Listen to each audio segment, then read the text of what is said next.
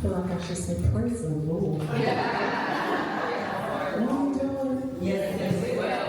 God is good. All the time. Come on, y'all. Like I'm in church. Well, hey everyone. My name is Queenie Denise, and I am so honored to be here and to be amongst greatness. So thank you for the inclusion. I have not read and timed myself, so I'm going to set my timer so that I do not go over. I'm reading from a memoir, The Path to Here.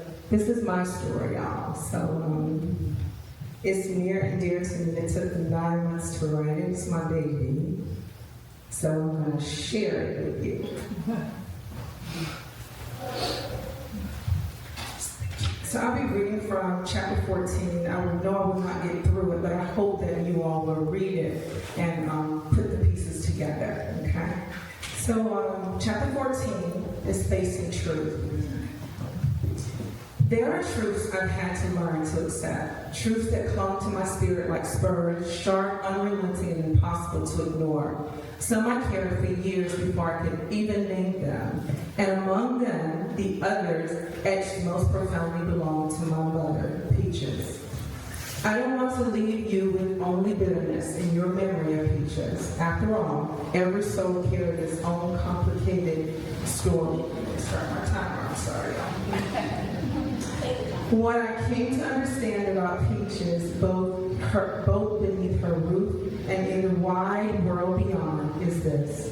She was a woman of contradictions and complexity, shouldering the weight of 5 children by the time she was only 25. Her own childhood had been cut short.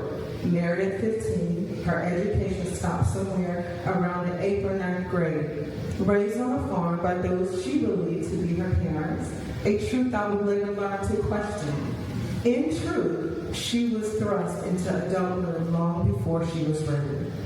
The 1960s, while perhaps more forgiving of early marriages, could never soften the blow of such a swift transition. Like me, Peaches became a teenage mother. The difference was, she did so with a wedding ring and a mother who supported her, and I did not. Yet, her story, her youth, little schooling, and 4 children by 20, likely smothered whatever dreams she once held for herself. We never spoke of those unspoken burdens. Her generation carried their struggles in silence, wrapped in dark bed sheets, hidden behind whispered Bible verses, numbered by the amber burn of liquor bottles, secrets kept to protect innocence, or at least the appearance of it. Perhaps in me, my mother saw a fragmented version of herself, a future she couldn't cultivate. I embodied an intellect, wit, and wisdom she seemed to notice, yet either disdained or perhaps even coveted. Regardless, she poured what she had into me, though it was rarely enough. I often wished her gift had been more bountiful. Was she simply weary? Did resentment toward my father consume her? It must have been an immense struggle to nurture a child she never truly desired. I come to believe that procreation alone doesn't make someone a caretaker. Peaches battled her own inner demons, psychological, emotional, or both, and I became an unwitting witness to them all. That fragile foundation forced me to grow in jagged ways, learning lessons no child should ever have to absorb. After her marriage to my sibling's father dissolved, Peaches carried the weight of 4 children and made a choice that rippled through every corner of our lives. She entrusted them to her parents. Then she disappeared into the wide open promise of Philadelphia, where destiny, or maybe just a desperate search for something more, brought her to my father. She had left so much behind, and she didn't even tell him she had children in North Carolina. I asked myself, did she really yearn for another child? Likely not. I believe her spirit longed for untamed freedom more than anything. And who could fault her for craving escape from the burdens that bound her? Perhaps my arrival offered her hope for a new beginning with my father, or perhaps I was the disruption to her new life, her new season. Either way, it might explain why I, too, was eventually sent to live with her mother alongside the siblings she had already left behind.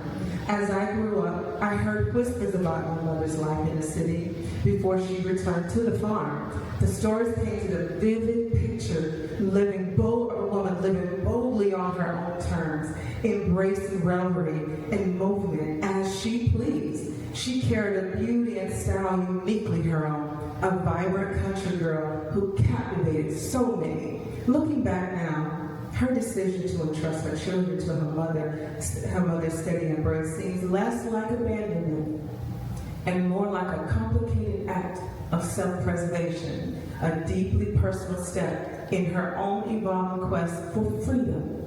And how can I possibly judge that choice?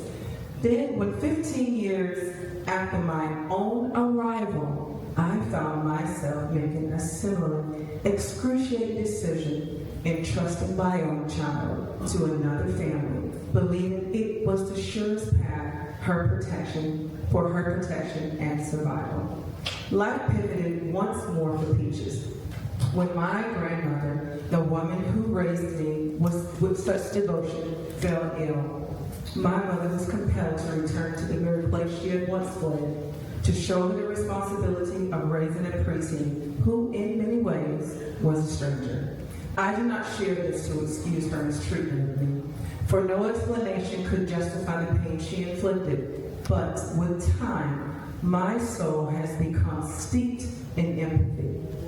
I've come to believe that when we dare to look deeper into a person's story, we often find the ability to extend grace and mercy, even to those who have wronged us most profoundly. The truth remains, I did not deserve what she gave me. No child ever does. And yet, I have learned that I deserve far more than she could ever offer. That recognition has been both sobering and liberating, because with all of life's deepest wounds, the only way forward is to reclaim the narrative, to painstakingly unravel the tangled thread of the past and weave them into a new story of strength, resilience, and healing. That is my time.